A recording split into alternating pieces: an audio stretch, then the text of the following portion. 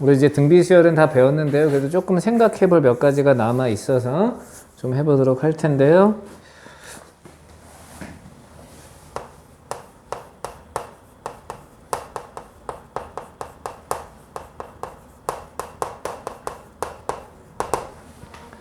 등비수열의 합이에요. 공비가 1이 아니라는 전제의 합의 공식을 쓰면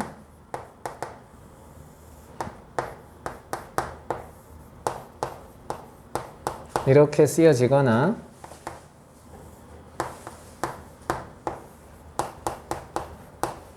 이렇게 쓰여지거나 합니다. 이게 첫째 항부터 n항까지의 등비수열의 합인 거예요. 그렇죠? 자, 보세요. 얘를 선생님이 살짝 풀어서 한번 써볼 텐데요. 앞쪽이 됐든 뒤쪽이 됐든 그건 여러분 자유인데 선생님은 하나 뒤쪽의 것만 써볼게요. 전개해서 쓰는 겁니다.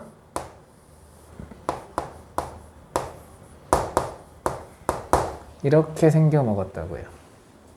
됐어? 여기까지 돼? 그럼 잘 봐봐. 등차 수열의 합은 상수항이 존재하지 않는 2차 함수처럼 등장해야 첫 번째부터 등차 수열의 합이라고요. 됐죠? 그럼 등비 수열은 그게 되려면 어떻게 되느냐? 합이 a 플러스 b 곱하기 p의 n제곱 만약에 이렇게 주어져 있다고 칩시다.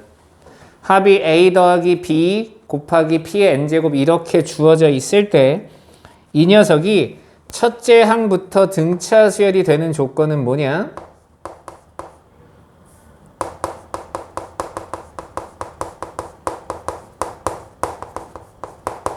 등비수열이 돼야지. 첫째 항부터 등비수열이 되는 조건은 합의 모양 보세요. 여기 A가 있고요. 플러스로 바꿨으니까 통째로 이만큼이 B가 돼야 돼요. 그래서 A랑 B를 더한 게 0이 돼야 됩니다. 이해돼? 그래서 결론 A 플러스 B가 0이면 된다. P n제곱 그대로 있는 상태에서 그럼 합이 어떤 형태로 주어지면 되느냐? 합이 A 빼기 A 곱하기 P n제곱 이런 형태로 주어져 있다면 첫째 항부터 등차 수열이 될 거예요. 그래서 첫째 항이 얼마니라고 물어준다면 그냥 1을 집어넣으면 된다. A 빼기 AP예요. 그리고 공비 R은 얼마니라고 본다면 여기 보세요. R의 n제곱, 공비의 n제곱 쓰였으니까 공비는 P가 돼요. 이렇게 써주시면 된다고요. 이해돼? 잠깐 볼까요? 첫째 항부터 등비수열을 이룩하는 상수 K는 얼마니? 저번 시간엔 첫째 항 AN에서 첫째 항과 S1의 비교수 둘이 같다를 했지만 이 식을 살짝 선생님이 바꿔보면 SN은 이 형태대로 씁니다. 2의 n 플러스 1제곱이니까 6 곱하기 2의 n제곱이라고요. 그리고 플러스 4K라고요. 이게 첫째 항부터 등차 수열을 이루려면 너와 너의 합이 0이면 된다고요.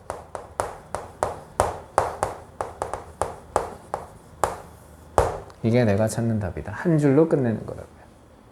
됐어? 제발 정신 차려. 됐지? 오케이?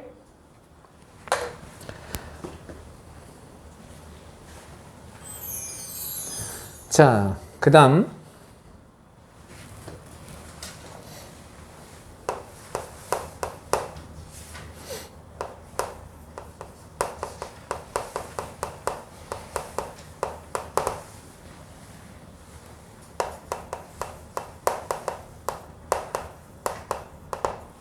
등비수열의 부분합 이렇게 선생님이 얘기하는데 등비수열의 합을 일정한 개수씩 끊어서 쓸 겁니다. 자, 한번 봅시다. A 더하기 두 번째 항 AR 더하기 AR 제곱 AR 세제곱 AR 4제곱 AR 5제곱 AR 6제곱 이렇게 쭉 가는 등비수열의 합이 있었는데 저걸 3개씩 끊어서 새로 수열을 만들었다고 칠 거예요. 3개씩 끊어서 씁니다. 3개씩 끊어서 쓰면 A 더하기 AR 더하기 AR 제곱 AR의 세제곱 AR의 4제곱 AR의 5제곱 A 아래 6제곱, A 아래 7제곱,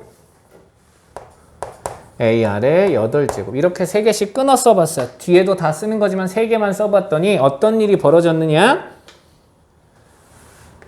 이 녀석들을 잘 보세요. 이 A에다가 R 세제곱을 곱하면 너고요. 여기다 R 세제곱을 곱하면 너고, 너에다 R 세제곱 곱하면 너예요. 이해돼? 너의 R 세제곱 곱하면 너고, 너의 R 세제곱 곱하면 너고, 너의 R 세제곱 곱하면 너입니다. 그래서 여기에서 이렇게 넘어갈 때 R 세제곱을 곱하면 다음 항들이 존재해요. 됐어? 그러니 등비 수열의 합을 일정한 개수씩 끊어서 새로운 수열을 만들어도 여전히 뭐가 된다? 등비 수열이 된다고요. 등차 수열도 마찬가지였죠?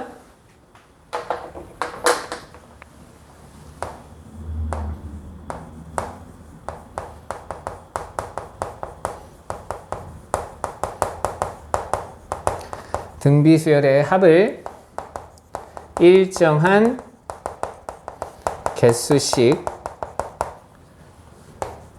나누어 만든 수열도 무슨 수열이 되느냐? 등비 수열이 된다고요. 이해됐어?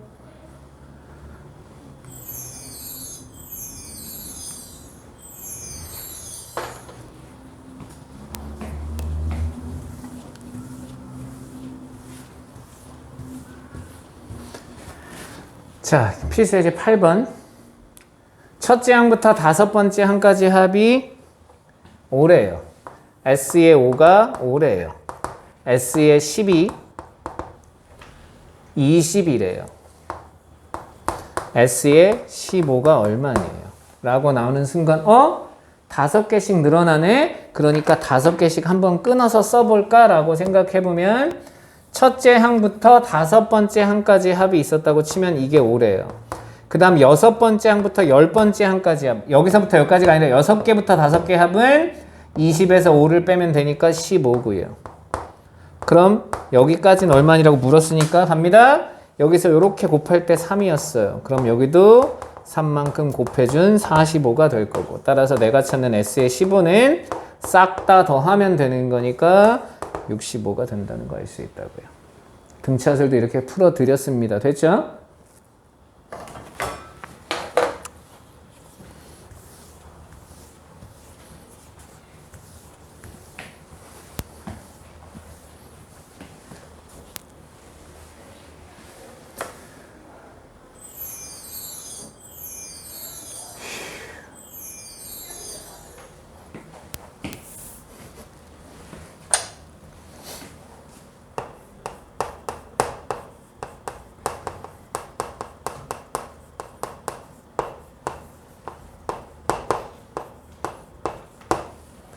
자, 등비수열 AN, BN이 있다고 치도록 하겠습니다. 자, 우리는 등차 수열끼리 더하고 빼면 여전히 등차 수열이라고 그랬어요. 그죠? 이걸 선생님이 도형의 문제로 만든 게, 설명한 게 뭐죠? 두 직선 사이가 있습니다. 두 직선을 뺐어요. 직선, 등차 수열, 등차 수열. 둘이 빼도 등차 수열. 이해됐어? 자, AN을 첫째 항을 A라고 하고 공비를 R1이라고 해보고 BN을 첫째 항을 B라고 하고 공비를 R2라고 하겠다고요. 요렇게 써보고 나서 문제를 한번 딱 봤더니 내가 저 두 녀석을 곱하래요. 저 두 녀석을 나누래요. 자, 지수 함수끼리 곱했습니다. 그럼 지수 함수는 밑이 같을 때 어떤 작업이 벌어지면 밑이 다를 때는 할 수 있는 게 별로 없어. 그치? 실제로 입니다. AN 곱하기 BN을 하잖아요. 그럼 A 곱하기 B가 되고 R1의 N-1제곱, R2의 N-1제곱이니까 요번에 쓰는 지수 법칙은 지수 부분이 똑같으면 한꺼번에 묶어 쓸 수 있다는 얘기죠. 그래서 R1 곱하기 R2의 N-1제곱이 된다고요. 그러니 여전히 둘이 곱해도 등비수열이 되겠죠. 돼? 그래서 두 등비수열을 곱했다. 그럼 어떤 일이 벌어지느냐? 초항은 A와 B를 곱한 거고 공비도 둘이 곱한 게 될 거라고요. 그럼 그거랑 똑같은 원리에서 어떤 일이 벌어지느냐? 둘이 나눴다 그러면 초항은 A분의 B가 될 거고 공비는 R1분의 R2가 될 거예요. 됐어? 여기까지 문제 없죠? 자, 그 다음 내가 등비수열 AN에서 AN을 일정한 개수씩 끊어서 새로운 등비수열을 만들 거예요. 뭐 가령 A의 2N 이렇게 만들어 칩시다. 2, 4, 6, 8 이렇게 가는 거죠. 그럼 이렇게 가는 수열의 초항은 A2가 될 거예요. 그리고 공비는 어떻게 되느냐? R 제곱이 되겠죠. 왜냐? 하나 건너뛰고 그 다음 갔으니까. 그래서 한 번 건너뛴 거니까 R 제곱이 되겠죠. 이해돼? 그러니까 등비수열을 일정한 개수씩 끊어서 만들어줘 여전히 등비수열이라는 걸 확인할 수 있다고요. 공비도 어떻게 되는지 되게 금방 구할 수 있어. 이해하시죠? 등차수열처럼 등비수열도 이런 내용을 가지고 있다. 다만 얘는 도형의 활용 문제는 닮은 도형밖에는 안 나와요. 막 아까 1참수끼리 뺀 뭐 이런 건 나올 수 없어. 알겠어? 다 이 등비수열과 관련된 녀석은 B가 존재해야 돼요. B. 어떤 B가 존재해야 돼. 그럼 도형에서 B가 될 수 있는 건 닮은 B 밖에 없다고. 이해돼? 자, 어떤 두 도형의 닮은 B가 2분의 1이었어요. 그 얘기는 뭐예요? 길이가 2분의 1씩 줄어든다는 얘기예요. 돼? 그럼 넓이는 어떻게 되죠? 넓이는 제곱을 해야 되니까 4분의 1배가 될 거고요. 부피는 8분의 1배가 될 거라고요. 이해하시죠? 자, 여기까지가 선생님이 등비수열에서 그래도 조금 더 얘기하고 시험 문제를 좀 푸는 좀 어려운 문제들이 나올 수 있다는 걸 보여드린 거예요. 됐죠?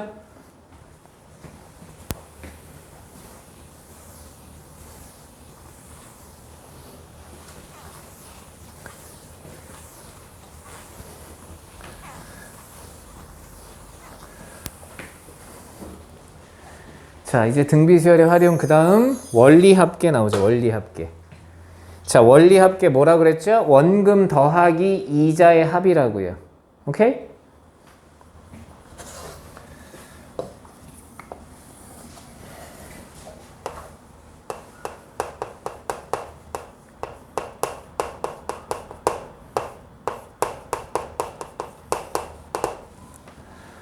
자, 그럼 원금을 내가 늘리지 않는다는 전제에 본다면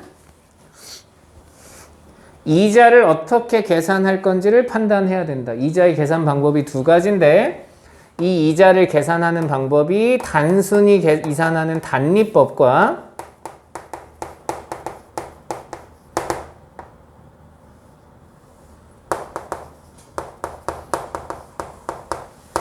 복리법 두 가지가 있다고 했어요. 그죠? 자, 단리법은 원금에 대한 이자만 주는 거라고요. 시간이 지나서 내 통장에 얼마의 돈이 쌓이는 거랑 관계없이 제일 처음에 집어넣은 돈 그 원금에 대한 이자만 지급하는 거라고. 돼?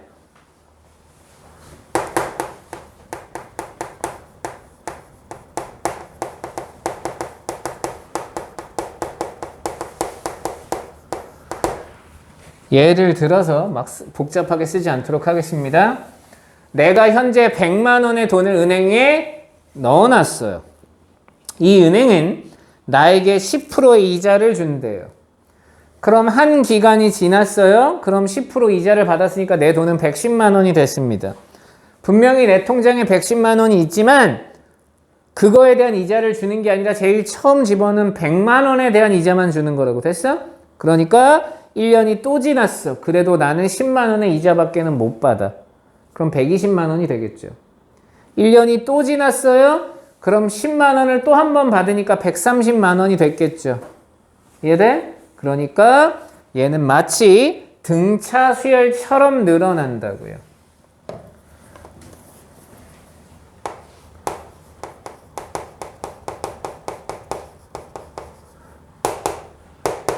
자, 복리법은 뭐냐? 이자에 대한 이자도 지급해준다는 얘기야. 단순하게 얘기하면 그냥 내 통장에 현재 시점에 돈이 얼마 들어있느냐 그거에 대한 이자를 무조건 지급해주겠다고. 자, 100만 원이에요. 1년이 지나면 110만 원입니다. 단리법은 110만 원이 있어도 여기 110만 원 중에 10만 원은 이자니까 이자에 대한 이자는 안 주겠다는 얘기잖아요. 그런데 복리법은 100만 원 뿐만이 아니라 10만 원에 대한 이자도 주겠다고. 이해돼? 오케이? 10%니까 1.1배가 되는 겁니다. 계속 1.1배씩 준다는 얘기라고요. 이해하시죠? 그래서 너는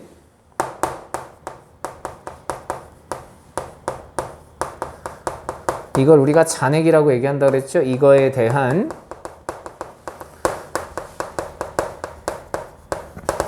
지급하는 거고, 그래서 등비 수열이 된다. 한다라고 시험 문제 풀면 된다고요. 됐죠?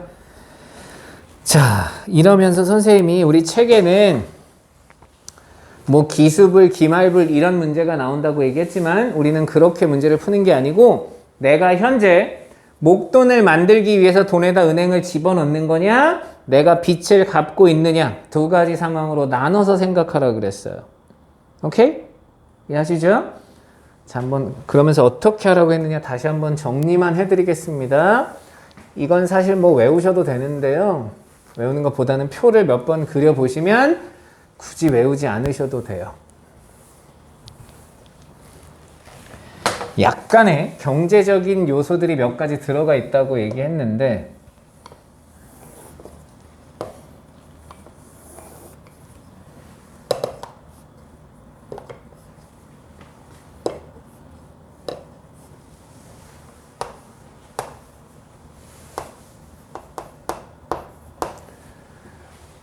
지금 현재 어떤 상황이냐? 내가 은행에다 돈을 매월 일정한 금액씩 집어넣고 나서 한꺼번에 목돈을 마련하려고 합니다. 됐죠? 적금에 관련된 시험 문제를 묻고 있는 거예요. 자, 매월 같은 금액을 집어넣을 거예요. A1씩 집어넣었어요. 그럼 나는 돈을 언제 찾느냐? 마지막 돈을 은행원 언니에게 주고 나서 바로 달라고 할 수는 없잖아. 그치? 왜? 이 돈을 준 다음에 바로 찾으면 농담을 하고 있는 거잖아. 이거에 대한 이자를 받을 필요가 없죠? 그러니까 마지막 돈은 안 주는 거잖아. 원래대로 하자면. 이해돼? 그러니까 내가 은행에 매월 10만 원씩 3년 동안 집어넣습니다. 그러면 나는 총 3년이니까 10만 원씩 36번을 집어넣을 거란 얘기야. 그럼 돈은 언제 찾아야 돼? 37개월째 찾아야 되는 게 정상인 거라고. 이해돼? 그래서 돈은 현재보다 마지막 돈을 집어넣고 한 기간 뒤에 찾는다. 요게 적금의 문제다.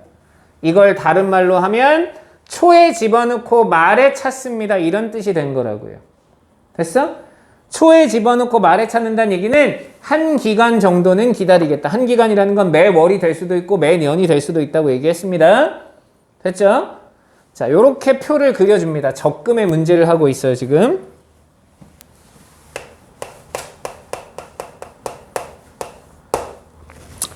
그럼 두 번째 생각할 일이에요. 매년 A1씩 집어넣는데 잘 생각해 보세요.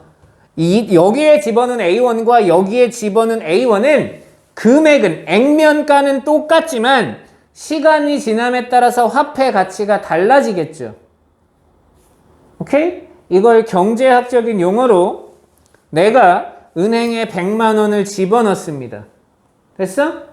내가 현재 100만 원을 쓸 수도 있고 은행에 100만 원을 집어넣을 수도 있어요. 자, 100만 원을 은행에 집어넣고 1년이 지났습니다. 그럼 이자를 받았겠죠.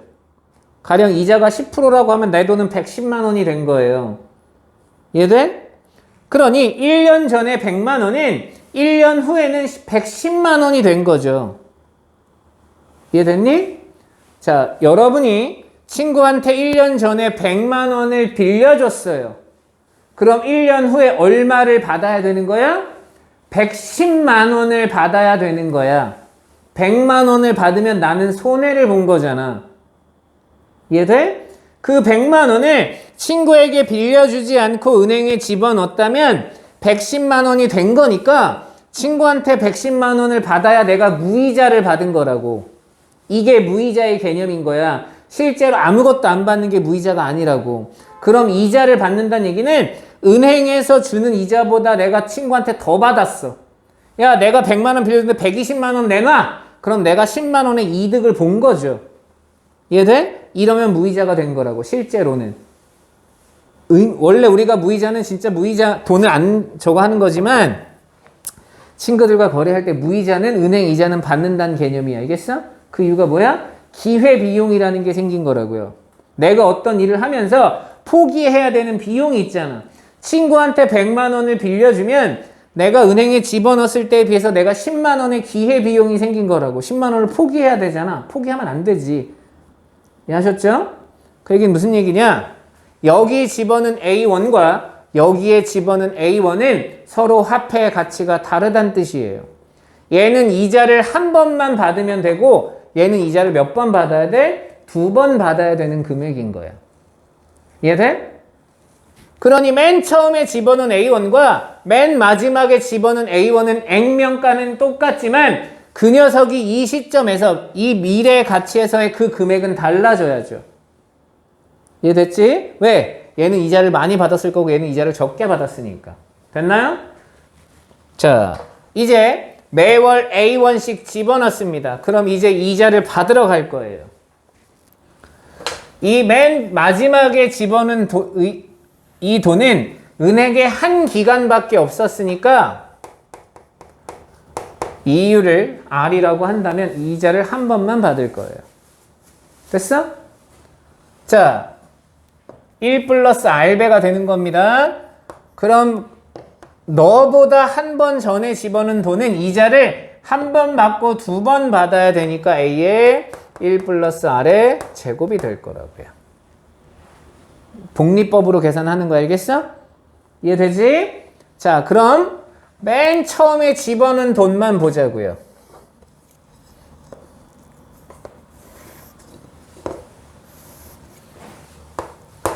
이자를 n번 받는 게 아니에요. 자, 봅니다. 여기서부터 여기까지 간격이 n-1이지만 한 기간 기다려야 되니까 이자를 총 n번 받았을 거예요. 이만큼이 되는 거라고요. 이해했어? 자, 우리가 물건을 살 때 잘 생각해 보세요. 당연히 우리가 무이자 할부를 하면 우리한테는 되게 좋은 거지만 사실 그건 완벽한 무이자는 아니라고 했죠. 무이자가 완벽하게 되려면 어떻게 해야 되느냐? 잘 봐. 내가 오늘 휴대폰을 샀어요. 100만 원짜리 휴대폰을 매월 10만 원씩 나눠서 갚는다고 생각해 봅시다. 그러니까 10번 갚을 거야. 무이자래. 그럼 우리가 무이자가 실제로 되려면 어떻게 해야 되느냐? 그 사람한테 야, 내가 너한테 매달 10만 원을 주는 게 아니라 내가 그 10만 원을 나는 은행에 집어넣고 나서 이자를 받을 거야 계속. 오케이? 그리고 나서 10개월 후에 내가 너한테 100만 원을 갚을게. 그러면 실제로 100만 원만 준 거잖아. 이게 우리가 생각하는 무이자잖아. 아니야? 오케이? 근데 우리는 매달 10만 원씩 갚고 있죠. 그럼 어떤 일이 벌어지는 거야? 내가 맨 처음에 갚은 10만 원은 실제 10만 원이지만 내가 이 빚을 다 갚았을 때 얘는 10만 원보다 큰 돈이 되겠죠. 오케이 돼? 이해돼? 그러니까 기업의 입장에선 손해보는 게 아니라고. 은행 이자율만큼은 돈을 받을 거 아니야. 기업이 그 돈을 받을 거잖아. 우리가 한꺼번에 10개월에 100만 원 주는 것보다는 10만 원씩 나눠서 갚을 때마다 어찌됐든 그 회사는 뭔가 돈이 남겠지. 그걸 은행에 집어넣는다면. 이해됐어? 그러니까 완벽한 무이자가 되려면 내가 10개월에 한꺼번에 100만 원 줄게. 이게 실제로 우리가 그게 제일 좋겠지. 그러면 기업은 그렇게 팔지는 않아요. 이해하셨죠? 자, 이게 복리법이라는 거라고요. 이걸 싹 다 더한 게 내가 이렇게 적금을 들면 내가 몇 개월에 얼마만큼의 돈을 받겠구나를 예측할 수 있는 거라고. 최소한 우리 집이 졸라게 부자가 아닌 이상 여러분이 앞으로도 그냥 어느 정도의 경제력을 갖고 살고 내가 집도 사야 되고 뭘 해서 적금을 든다고 생각을 해보면 최소한 이 정도 계산을 할 수 있어야죠. 은행은 언니가 불러주는 대로 받아두고 이게 맞았는지 틀렸는지도 확인 못할 정도의 머리가 돼서는 안 된다고. 이해돼? 자, 이게 적금의 문제입니다. 만약에 이걸 단리법으로 계산하잖아요? 혹시나 몰라서 단리법으로 계산을 하면 계산이 되게 단순해져요. 너는 이자 한 번 받았으니까 1 플러스 R이에요. 너는 이자를 2번 받는데 원금에 대한 이자만 2번이니까 AR을 2번 받은 거야. 그래서 1 플러스 2R이 돼요. 그럼 너는 A에 1 플러스 NR이 되고요. 요렇게 다 더하면 된다고. 이게 단리법으로 계산한 원리합계다. 됐어? 금액의 차이는 엄청납니다. 사실은. 요게 우리가 말하는 초에 집어넣고 말에 찾는 그런 상황이 된 거예요. 됐죠? 그런데 이제 내가 빚을 갚는 상황을 한번 실행을 해볼게요.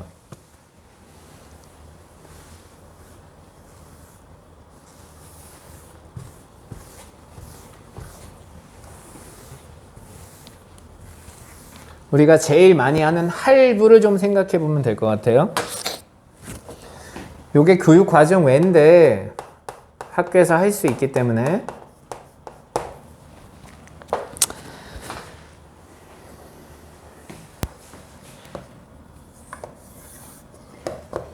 자, 할부의 개념을 정확하게 이해하셔야 됩니다. 자, 지금 현재 내가 여기에 A1 하는 무언가를 샀어요.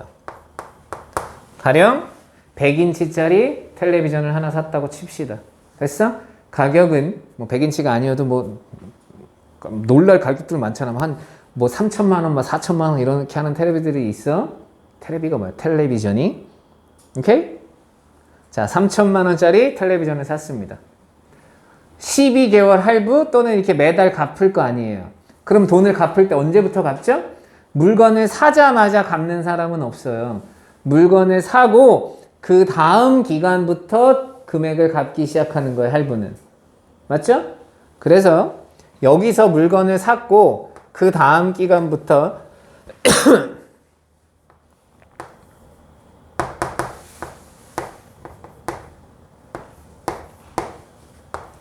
A1씩 갚기 시작했어요. 그럼 내가 갚은 돈의 총액이 A1이면 되지라고 생각하는 건 여러분의 현실 감각이 떨어지는 거라고요. 알겠어? 오케이? 자, 갑니다. 이 시점이 마지막 돈을 갚은 시점이에요. 그럼 내가 마지막 할부금을 딱 갚는 순간 이미 이제 빚은 청산한 거지. 이해돼? 더 이상 나한테 갚아야 될 돈이 없는 거야? 그러니까 언제 끝나는 거냐? 마지막 돈을 갚고 나자마자 모든 상황이 다 끝나는 거라고요. 이 분홍색 선에서 모든 일이 끝나도록 만들어야 돼. 됐어? 그럼 생각해 봅니다. 이제 어떻게 생각하느냐? 이걸 다 은행에 집어넣었다고 생각하세요. 빚을 갚는다고 생각하지 말고. 알겠어? 그럼 이만큼을 은행에 집어넣을 건데요. 그럼 은행에 집어넣은 총액이 어떻게 되느냐? 맨 마지막에 집어넣은 돈은 그냥 A1이에요. 그리고 그 직전에 집어넣은 돈은 이자를 한 번 받았다고 생각하니까 1 플러스 R만큼 내가 사실은 그 사람한테 갚은 거라고. A의 1 플러스 R만큼 그 사람한테 갚은 거라고. 됐어? 그럼 맨 처음 집어넣은 돈은 이 분홍색 시점으로 갖고 오면 A의 1 플러스 R의 n-1제곱만큼 그 사람한테 갚은 거라고요. 이해돼? 지금 여기 부분이 내가 갚은 빚의 금액이에요. 내가 상환한 빚의 금액이야. 그런데 언제 시점이냐? 모든 빚을 갚고 났을 때 미래 시점에서의 금액의 가치라고. 됐어? 그럼 이 금액이 A1이면 돼? 그러면 돼? 안 되잖아. 왜 안 되느냐? 생각해 보세요. 여러분이 친구한테 1억을 빌려드렸어요. 어? 그 친구가 갑자기 10년 후, 아니 50년 후에 나타나서 1억을 나한테 갚았어. 그럼 여러분은 오케이 하고 끝낼 거야? 그럼 안 되잖아. 왜? 50년 전에 1억과 50년 후에 1억은 하늘과 땅 차이의 돈이라고요. 가령 예를 들면 요즘도 마찬가지지만 예전에 그 혹시 여러분 뭐 응팔 뭐 이런 거 본 적 있어? 어? 자, 응팔 같은 데 나올 때 그 주택 그 복권 당첨돼서 막 부자가 됐잖아. 그 복권 금액이 1억이었어. 옛날에 1억이면 집을 한 10채 이상 살 수 있었단 얘기야. 그것도 어디에? 서울에. 어? 지금 1억 가지고 서울에 가서 어딜 가든 집을 살 수 있니? 집을 살 수 없잖아. 서울의 평균 집값이 뭐 5억인가 10억을 돌파했다고 얘기하는데 이해되니? 그 기간이 80년대에서 지금 2020년이니까 약 50년 전인 거예요. 50년 전에 곧 80년대면 박정희 정권 때는 여러분이 알고 있는 강남 땅이 다 무슨 땅이었어? 논밭이었어. 배밭이었고. 그 땅이 지금 현재 한 평당 뭐 1억 뭐 이렇게 가는 땅으로 바뀐 거잖아요. 그러니까 50년 전에 1억은 50년 후에 1억이 될 수는 없다고요. 그럼 내 친구가 50년 전에 1억을 빌려갔으면 최소한 지금 현재 시세로 갚아야지. 이해돼? 자, 좀 더 쉬운 예로 여러분이 초등학교 때, 선생님 초등학교 때 새우깡이 200원이었어요? 50원이었나? 200원이었나? 그랬을 거예요? 100원이었나?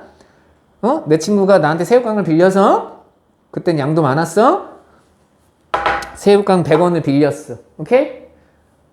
그리고 나서 갑자기 어제 만났어. 아, 맞다. 야, 내가 초등학교 때 너한테 새우깡 한 봉지 빌렸지? 하고 그 100원을 줘. 그럼 돼? 나 100원 갖고 새우깡 못 사잖아. 새우깡으로 갚아야지. 그럼 1,000원 넘는 돈을 갚아야지. 이해됐죠? 무슨 얘기야? 내가 이 갚은 돈의 총액이 이 미래의 시점이었다면 그 금액이 A가 아니고 이 A도 이 현재 시점으로 갖고 와야겠죠. 그래서 여기 맨 처음에 빌린 돈 이게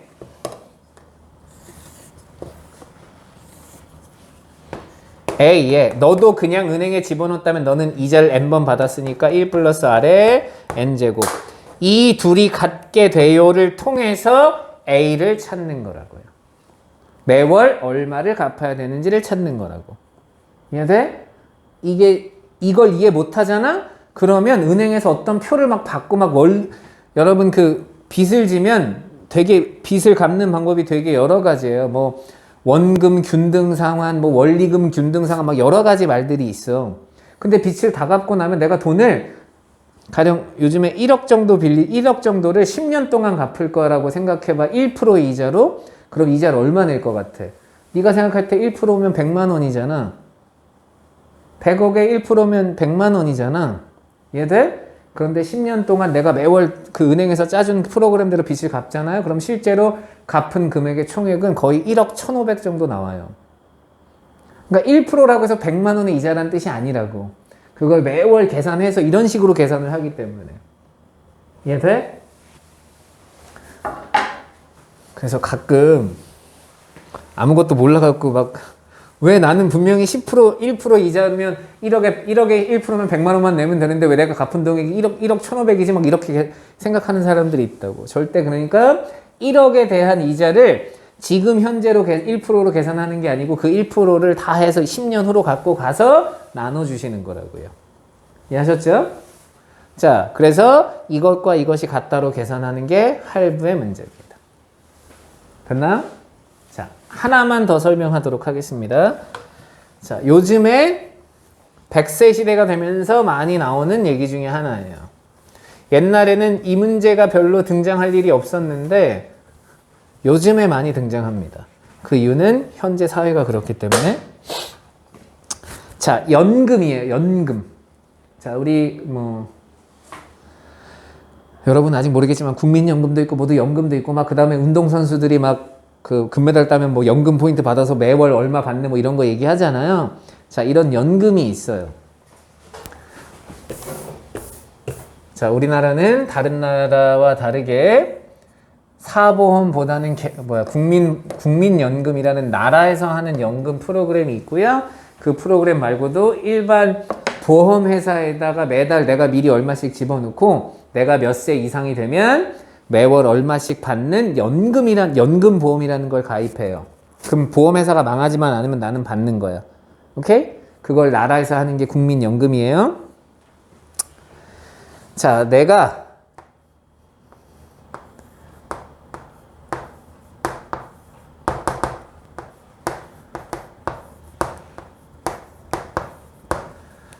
어떤 연금에 가입해서 총 N번 동안 A1을 집어넣은 연금이 있어. 오케이? 그러니까 매월 연금은 어떻게 계산하면요. 뭐 시중은 좀 다를 수 있겠지만 내가 10년 동안 매월 10만 원씩 10년 동안 집어넣어요. 그리고 그걸 내가 60세가 될 때까지 나이가 몇 년이 더 남았다 그러면 그 보험회사에 계속 묻어두는 거야. 이자를 받으면서.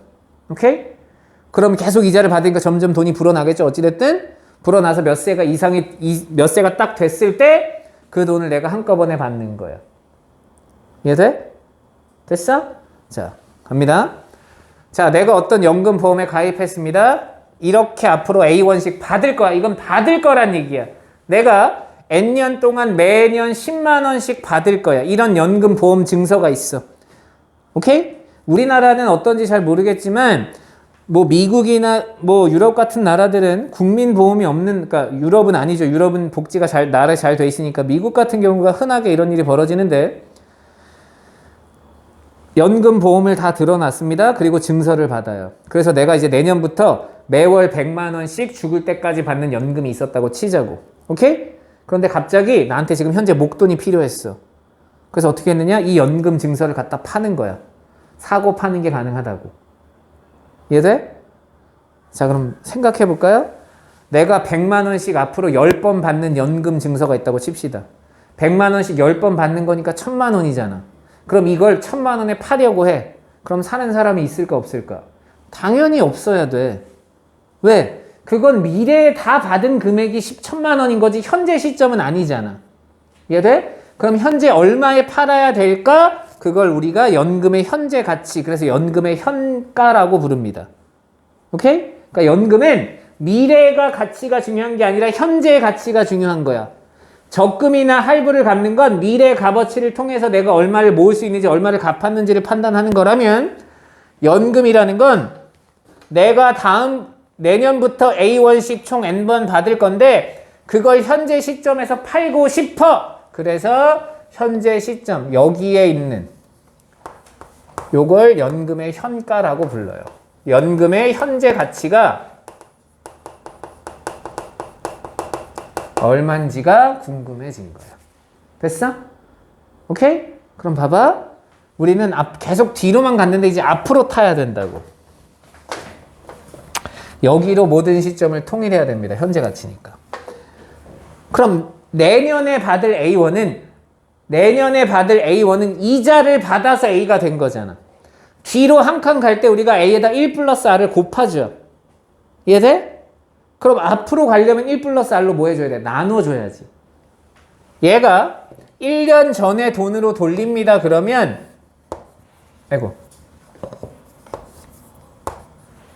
1 플러스 R로 한번 나눠주셔야 된다고요. 왜냐? 여기에 1 플러스 R분의 A를 집어넣고 이자를 한 번 받아야 A가 되는 거니까. 이해돼? 그럼 두 번째 받는 돈의 현재 가치는 이자를 2번 받아서 A가 된 거니까 1 플러스 R의 제곱분의 A1이 현재 가치인 거라고요. 이해됐어? 뒤로 갈 때 곱했으면 앞으로 올 때 나눠준다고 생각하시면 됩니다. 그럼 제일 마지막에 받는 돈의 현재 가치는 급격하게 떨어집니다.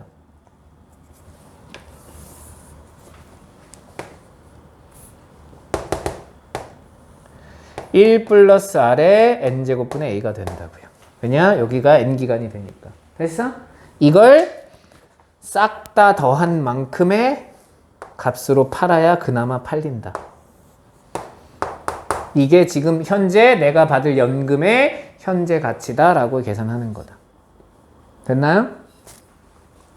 이런 걸 우리가 요 세 가지 상황을 원래 더 뭐 복잡한 상황들이 있지만 어찌 됐든 수학에서 보는 세 가지 정도의 문제는 요 정도 안에서 해결이 다 가능하다.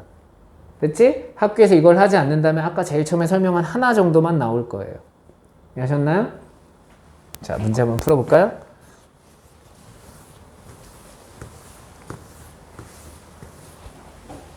한 문제 나오는데요. 자, 연이율이 10%래요. 매년 10% 준 거니까 1.1배라고 생각하시면 됩니다.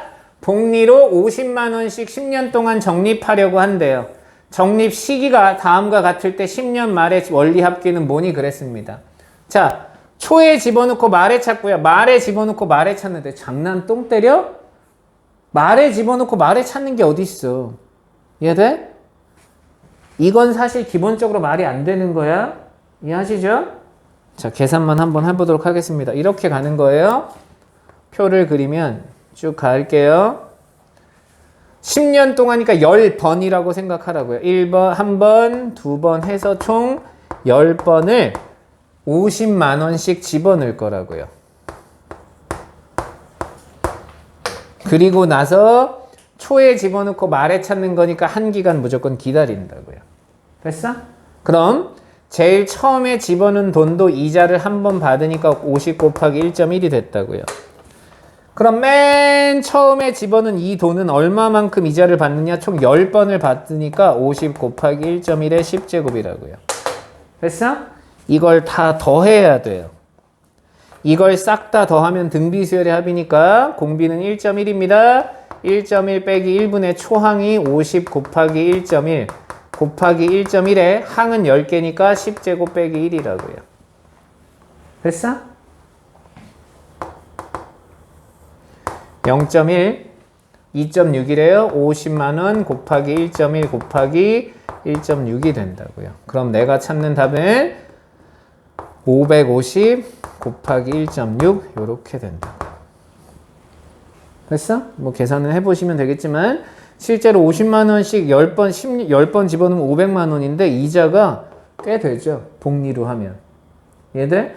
그러니까 요걸 만약에 내가 계산한다 그러면 만약에 계산을 해보면 16 곱하기 11 176에 5, 5, 6, 30 5, 7에 35니까 8 880? 880 1.5배 2분의 880만 원이 된대요. 계산이 맞는지 모르겠어. 대충 해가지고 자 880이래요. 500 그럼 330만 원 이자 받는 거야. 거의 더블 된 거지. 10%밖에 안 주는데. 이해돼? 그러니까 10% 꿈의 이자율이야. 알겠어? 요즘 이자율 얼마? 1.5, 1.1 이렇게 주는 거야. 2% 줘도 땡큐 하고 사람들이 적금을 드는 이런 상황에 살고 있다고 여러분. 자, 매년 말에 집어넣는데 무슨 얘기냐? 10번을 집어넣는데 1번, 2번 하고 10번을 집어넣자마자 바로 찾는다는 얘기야. 장난 똥 때리는 얘기죠. 얘들 이런 건 없어. 기본적으로 적금에 이런 게 어디 있냐. 말에 집어넣고 말에 찾다니. 자, 그럼 너는 그냥 50만 원이고요. 맨 처음에 집어넣은 돈은 이자를 9번만 받습니다. 그래서 이것들의 합이니까 1.1 빼기 1에 초항 50 곱하기 1.1에 10제곱 빼기 1. 그래서 50 곱하기 1.6 요렇게밖에 안 된다고요. 됐어? 800만 원 정도. 됐니? 그러니까 어떤 차이가 생겨? 딱 한 기간만 기다렸는데 80만 원의 차이가 생기는 거야. 이런 걸 20년, 30년 이렇게 하잖아요? 그럼 돈이 되게 커지겠죠. 이해되니? 이걸 10년 동안 집어넣고 10년 동안 그냥 보험회사에 맡겨놔. 그래도 돈은 엄청나게 늘어날 거라고. 그래서 막 우리가 이런 걸 보고 사람들을 현혹하는 말로 복리의 마술이네 어째네 막 이렇게 얘기를 해준다고요. 하지만 실제로 완전하게 이런 건 보호가 되지 않습니다. 자, 요게 우리 그 등비 수열의 활용 파트 제일 마지막에 나오는 파트의 시험 문제가 된 겁니다. 되나? 자, 잠깐 멈춰줘.